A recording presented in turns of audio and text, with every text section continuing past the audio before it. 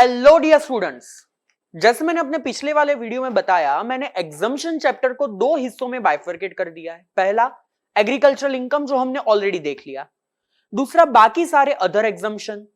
अभी जो एग्जम्पशंस दूसरे चैप्टर में कवर नहीं हुए हैं वो सारे एग्जम्पशंस हम लोग इस चैप्टर में देखने वाले। जो इंपॉर्टेंट एग्जम्पशंस है वही मैं इसमें रिवाइज करवाने वाला हूं। सबसे पहला सेक्शन 10 क्लॉज 2। अगर आप एक मेंबर हो किसी एचयूएफ के और वो एचयूएफ अपनी असेट में से आपको थोड़ा डिस्ट्रीब्यूशन करता है या थोड़े पैसे देता है, whatever amount of share you are receiving from the asset of that HUF, it will be completely exempt for the member. उसी तरीके से सेक्शन 10 क्लॉज 2A, अगर आप कोई पार्टनरशिप फर्म के पार्टनर हो और वो पार्टनरशिप फर्म आपको शेयर देती है प्रॉफिट में से, तो वो प्रॉफिट का हिस्सा भी आपके लिए कंप्लीटली एग्जम्प्ट हो जाएगा। माइंड वेल, रेम्यूनरेशन और इंटरेस्ट आपके लिए एग्जम्प्ट नहीं था, प्रॉफिट में जो हिस्सा है वो आपके लिए एग्जम्प्ट हो जाएगा। सेक्शन 10 क्लॉज 4, अगर आप एक इंडिविजुअल हो, आपका एक अकाउंट है नॉन रेजिडेंट एक्सटर्नल अकाउंट जिसे बोलते हैं एनआरई अकाउंट, और अगर वो आरबीआई ने अप्रूव किया हुआ है, तो इस एनआरई अकाउंट में हर साल आपको जो भी इंटरेस्ट मिलेगा that will be completely exempt. फिर आता है सेक्शन 10 क्लॉज 10 बीबी। हमारी कंट्री में एक डिजास्टर हुआ है, सबसे बड़ा भोपाल गैस लीक डिजास्टर। उसका एक एक्ट है भोपाल गैस लीक डिजास्टर 1985। अगर इस एक्ट के अंदर किसी भी विक्टिम को कंपनसेशन दिया जाता है, तो वो जो भी कंपनसेशन दिया जाएगा वो उसके लिए टैक्सेबल नहीं होगा, it will be completely exempt, provided उसने इस डिजास्टर के रिलेटेड कोई भी लॉस या डैमेज क्लेम नहीं किया होना चाहिए एज अ डिडक्शन, तो उसे जो भी कंपनसेशन मिलेगा it will be completely exempt. इसी तरीके से मान लो दूसरे कोई भी डिजास्टर हुए जिस वजह से गवर्नमेंट ने या लोकल अथॉरिटी ने तुम्हें कोई कंपनसेशन दिया जिसका तुमने कोई डिडक्शन क्लेम नहीं किया हुआ है, तो ऐसे हर एक कंपनसेशन का भी तुम्हें मिल जाएगा एग्जम्पशन सेक्शन 10 क्लॉज 10 बीसी के अंदर। फिर सेक्शन 10 क्लॉज 11A, सी पोस्ट ऑफिस जो होती है उसमें तुम लोग बहुत सारे अकाउंट ओपन करवा सकते हो, लाइक एनएससी, किसान विकास पत्र KVP, Sukanya Samriddhi Yojana, senior citizen saving scheme, saving bank account. उसमें से one of the scheme is Sukanya Samriddhi Yojana, जो तुम जनरली किसी गर्ल चाइल्ड के नाम पे ओपन करवा सकते हो। तो अगर तुम लोग सुकन्या समृद्धि अकाउंट के नाम पे पैसा इन्वेस्ट करते हो पोस्ट ऑफिस के अंदर, हर साल उसका जो भी इंटरेस्ट मिलेगा और जो भी मैच्योरिटी मिलेगी कुछ भी टैक्सेबल नहीं होगा, it will be completely exempt. कौन से सेक्शन के अंदर? 10 क्लॉज 11A के अंदर। फिर आता है सेक्शन 10 क्लॉज 15।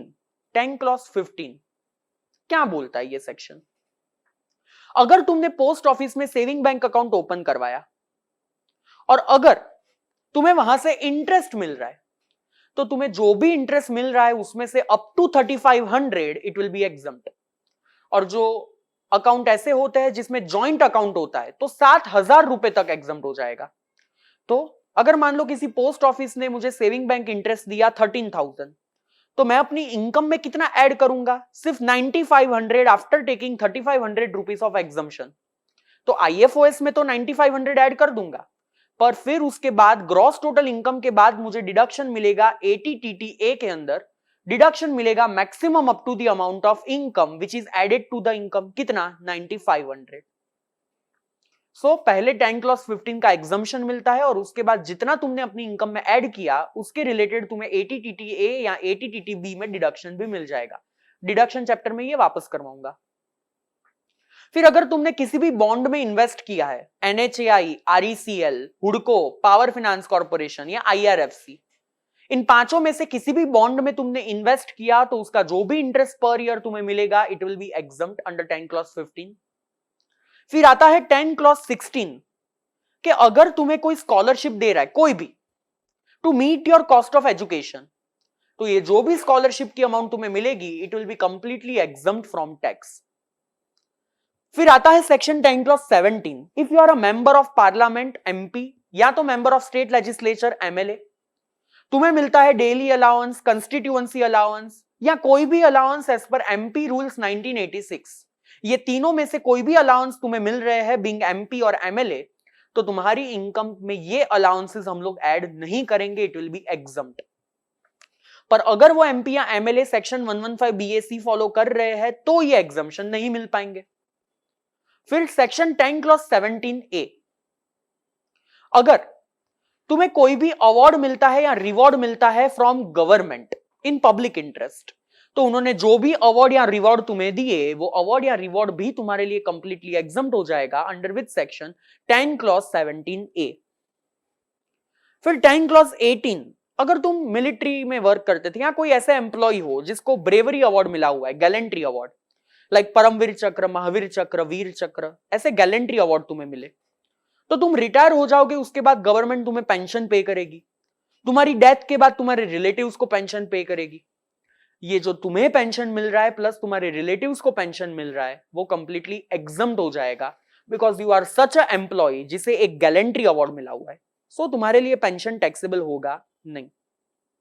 उसके बाद सेक्शन 10 क्लॉज 26, अगर तुम ये जो मैं स्टेट्स बता रहा हूं उस स्टेट में रह रहे हो, नागालैंड, मणिपुर, त्रिपुरा, अरुणाचल प्रदेश, मिजोरम, लद्दाख, अगर तुम इन स्टेट में रह रहे हो और तुम किसी स्केड्यूल्ड ट्राइब के मेंबर हो, तो तुम्हें इस स्टेट से जो भी इनकम होगी, हर एक इनकम कंप्लीटली एग्जम्प्ट, प्लस दुनिया के किसी भी जगह से तुम्हें इंटरेस्ट मिल रहा है या डिविडेंड मिल रहा है, that world interest and dividend will also be exempt. तो अगर तुम इस स्टेट में रह रहे हो प्लस तुम स्केड्यूल्ड ट्राइब के मेंबर हो, तो जाके उस स्टेट की हर एक income plus world interest and dividend तुम्हारे लिए एग्जम्प्ट हो जाएगा।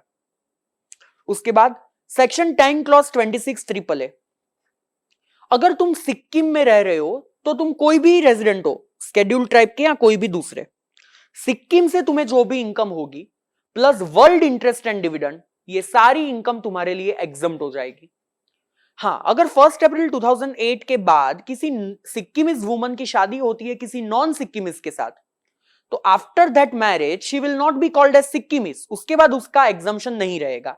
जब तक वो सिक्किमिज है तब तक ही उसे ये एग्जम्पशन मिलेगा। फिर आता है सेक्शन 10AA, इंपॉर्टेंट गिन सकते हो एग्जाम के लिए। अगर किसी special economic zone says area में तुमने कोई यूनिट एस्टेब्लिश किया, वहां से तुम क्या कर रहे हो, एक्सपोर्ट कर रहे हो, तो ये एक्सपोर्ट से तुम्हें जितना भी प्रॉफिट होगा, अगर पहले 5 साल में हो, प्रोडक्शन के पहले 5 साल में 100% प्रॉफिट एग्जम्प्ट हो जाएगा। अगर छठे साल से 10वें साल तक हो, तो इस प्रॉफिट का 50% एग्जम्प्ट हो जाएगा। और अगर 11 साल से लेकर 15वें साल के बीच में हो, तो ये जो प्रॉफिट है उसका 50%, या तो तुमने जितना भी स्पेशल इकोनॉमिक जोन रिजर्व में ट्रांसफर किया, वो amount which ever is lower, उतना तुम्हारे लिए एग्जम्प्ट हो जाएगा।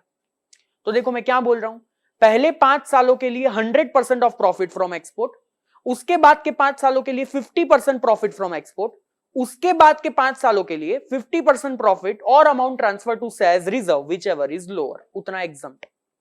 अभी मान लो मेरा एक यूनिट है स्पेशल इकोनॉमिक जोन में, मेरा टर्नओवर कुछ इस हिसाब से, इंडिया में मैंने गुड्स बेचे 100 रुपए के